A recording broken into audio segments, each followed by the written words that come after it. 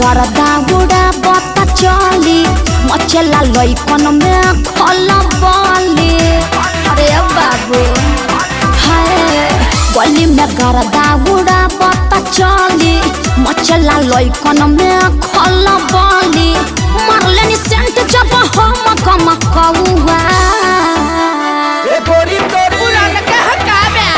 अरे ना होई खेसरिया के हे गोरी तोरी चुनरी बझल कौआ जान मारे लहनाई लखन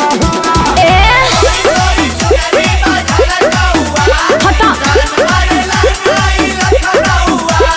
हम का करी।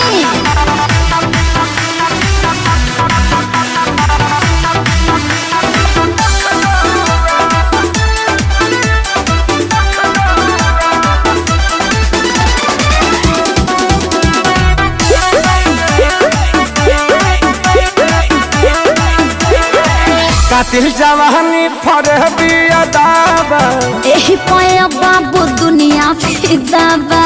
हुआ जवाहर हिले शहर बाजार हिले तोहरे अदा पमोने यो पे बिहार हिले साचो। अरे हाँ हो विद्या कसम कातिल जवानी फरहबी अदाबा लगता कि पिके आईना बड़ा जैसी पौवा। अरे मुंह महक रहा है हटिए। अरे रजनीगंधा तुलसी खाए है न रे ये गोरी तोरी चुनरी बझल कौआ तो जान मारे लहनाई लखन चल हटा।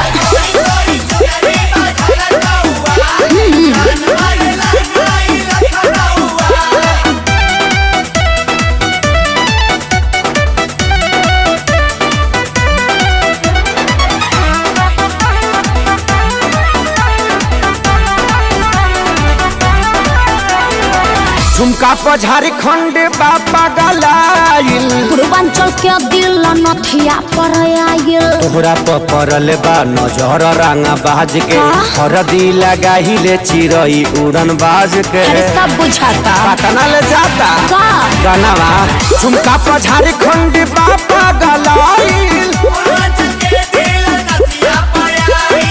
अखिलेश के सारे ढेरों बोली जनी रहुआ। अरे बुलाए का सोनू जी को श्यामो आकाश के बुलाला। चुप रहा। हे गोरी तोरी चुनरी बझल कौआ का जान मारे लहनाई लखन ओह न मनबा। अरे मुँह का presented by Adi Shakti Films।